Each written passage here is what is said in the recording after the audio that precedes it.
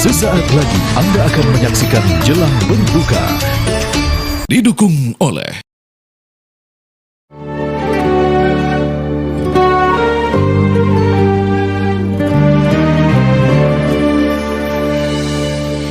يا صاحبي يا إنسان هنا وفي أي مكان ببعت رسالتي ليك نتسوي بحال أحسن يا صاحبي يا Assalamualaikum warahmatullahi wabarakatuh. Alhamdulillahirrabbilalamin. Allahumma salli ala sayyidina Muhammad wa ala ali sayyidina Muhammad.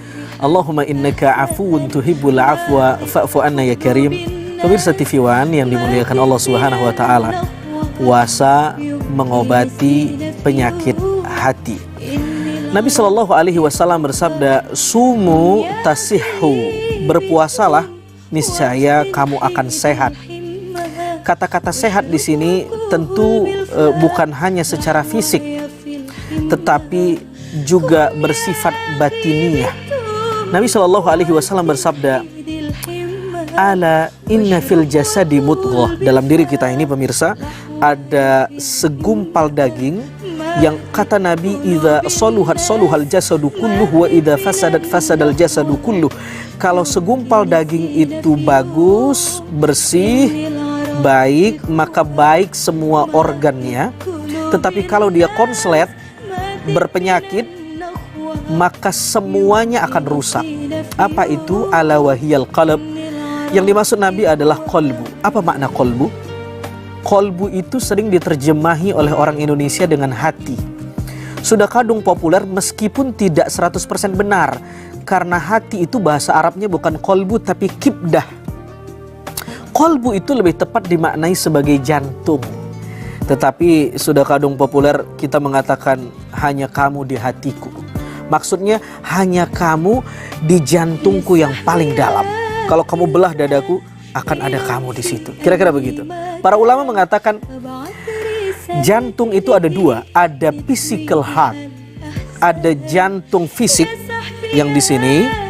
Tetapi ada jantung yang spiritual heart. Ada jantung yang dalam yang kita sebut dengan sonubari atau sanubari. Jantung yang paling dalam yang oleh Nabi dikatakan istafti qalbak, minta fatwa dari hatimu yang paling dalam. Dalam hati yang paling dalam itu adalah organ vital, organ batiniah yang paling vital. Kalau kolbu rohani kita rusak, maka semua yang ada dalam diri kita rusak. Sifat kita rusak, tabiat kita rusak, perilaku kita rusak, attitude kita rusak. Semua berawal dari kolbu yang di dalam. Menariknya, kalau jantung fisik ini yang rusak, organ fisik kita akan rusak. Tapi kalau jantung rohani kita yang rusak, organ batiniah kita juga akan rusak. Roh kita rusak, akal kita rusak, insting kita rusak, gharizah kita rusak, dan seterusnya, dan seterusnya. Dalam diri kita ini, kata Imam Al-Ghazali, kita punya musuh. Ada musuh yang di luar, ada musuh yang di dalam. Musuh yang di luar namanya syaitan. Musuh yang di dalam namanya syahwatiyah dan ghadabiyah. Syahwat itu selalu mengajak kita kepada hal yang disenangi. Senang makan, senang minum, senang kawin, senang tidur. Senang. Syahwat. Ghadab, sesuatu yang mengajak kita untuk benci kepada sesuatu. Benci dikritik, benci dengan orang yang tidak kita suka, benci kepada orang yang kita kita marah terhadapnya. Itu namanya ghadabiyah. Kalau saya bertanya, mana musuh yang paling berbahaya? Musuh di dalam atau musuh di luar? Ya, yang paling bahaya itu bukan musuh di dalam, tapi musuh yang di dalam yang kerjasama dengan musuh yang di luar. Itu jauh lebih berbahaya. Dan pintu masuk setan itu adalah lewat aliran darah, kata Nabi Shallallahu alaihi wasallam. Dan aliran darah itu bekerja lewat nutrisi makanan. Dan puasa melatih kita untuk tidak makan, tidak minum, agar seolah-olah Allah menyuruh kita untuk memportal pintu akses setan masuk menggoda kita. Jadi kalau ada hadis yang mengatakan, "Idza kana Ramadan futihat abwabul jannah wa ghulliqat abwabun nar wa suffidatisy syayatin." Kalau Ramadan datang, pintu neraka ditutup, surga dibuka, dan setan dikerangkeng. Maknanya adalah bukan setan secara fisik dikerangkeng, bukan. Tetapi kita diajak oleh agama untuk secara aktif mengkerangkeng hawa nafsu, syahwat, dan ghadabiyah kita lewat cara tidak makan dan tidak minum. Puasa menyembuhkan penyakit qalbu. Kalau fisik kita yang sakit, boleh jadi sakit itu hanya sampai akhir hayat dan tidak berpengaruh pada nasib kita di akhirat. Tapi kalau qalbu kita yang sakit, dia akan mempengaruhi nasib kita di akhirat. Malaikat tidak akan tanya, kenapa Anda bisa disiksa di kubur?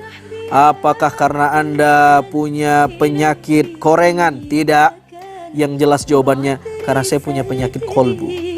Saya sombong, saya flexing, saya pamer, saya ria, saya hiket, saya dengki, saya ghil, saya ingin dinilai makhluk, dan seterusnya dan seterusnya.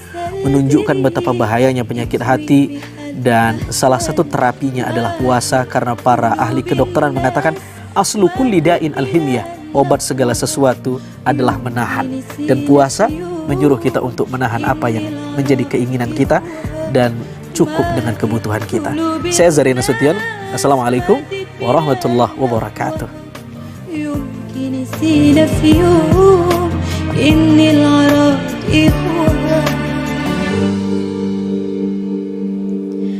ماتت من النخوة يمكن نسينا في يوم إن العرب إخوة. Anda baru saja menyaksikan Jelang Berbuka, didukung oleh